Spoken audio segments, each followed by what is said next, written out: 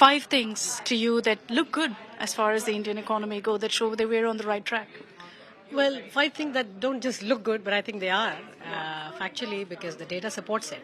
I think the first is just the emphasis on the bottom 2 quintile. The poorest 40% of the Indian economy, for the first time, have seen such a major transformation in terms of access to basic amenities, right? And whether it is electricity, when half of them had it, and today you have more than 90% that have it. Whether it's access to, whether it's bank accounts, whether it's drinking water, the entire amenities which we call saturation, I think that is transforming an ordinary person's life. And not just ordinary, we are talking about the most vulnerable of the most vulnerable. So if across social groups, across economic groups, across geographies, these are the poorest people and they're all getting amenities. And I think that helps you understand why people reward political performance. I think it's an important way to look at governance. The second is, I think, digitalization and the jam, like the Jan Dhan Aadhaar and mobile. It has transformed the way we do welfare. Welfare, where we used to lose a lot. If you remember, we used to spend 3 rupees for 1 rupee worth of benefits to reach a beneficiary, a common person. That's the kind of inefficiency that you had. Today, we have saved 1.5% of the GDP because we are doing this direct benefit transfer, and the JAM is facilitating that. So it's a much more efficient way to do welfare, right? The third, I think, is just the effort that we are putting towards rebuilding our confidence in manufacturing. I think this naive belief that India will be a peculiar model of growth where we will completely transform from agriculture to services directly and we have missed the manufacturing bus, I think that we have undone that malaise. I think that kind of naive thinking, we have undone it. And now if you look at the PLI, if you just look at the kind of, the financing support, the support which is going towards improving exports in a lot of this. And of course, domestic market is a big driver of a lot of this. But the focus is exports. And not just the areas vacated by China, but newer areas. The rest of South Asia is growing, rest of Asia is growing, Africa is growing, Latin America is growing.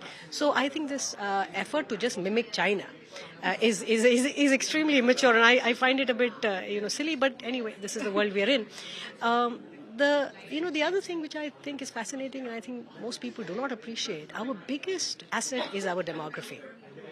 We are a young population, and we do have that window. And the effort right now is to do everything to harness human capital. Right? Indian workers are some of the most productive, the most law-abiding, not just globally and across sectors, in the Middle East, in the most developed OECD markets. But the effort is to really skill it up. So skilling as a gap is something that we think that closing up that gap will really unleash this human potential. So these are all, I think, demography, young population, these are all big assets for us. 5 concerns also. I know you've spoken about skill, but just to kind of elaborate on that, 5 concerns that you believe that if we work on this, we can soar to new heights. I think skills is a big one. The second is this very long-held belief that India lives in villages. We are 60 to 65% urban. Our policies have to now reflect that new reality. We need a change in mindset. It's a change from the Gandhian way of looking at it, that India lives in villages, we are rural areas. That's not true. We have become urban. And now we need this renewed vigor in creating urban infrastructure, mobility. And you're seeing the focus of the government increasingly move in that direction. So urbanization is a huge mandate for us moving forward. If you look at, again, the skill is something which is of very large strategic interest. But if you ask me what is something that worries me or that I'm concerned with, I think to some extent it is the regional variations. If you look at the states, the state finances are not all in a way that can sustain long-term growth of these states.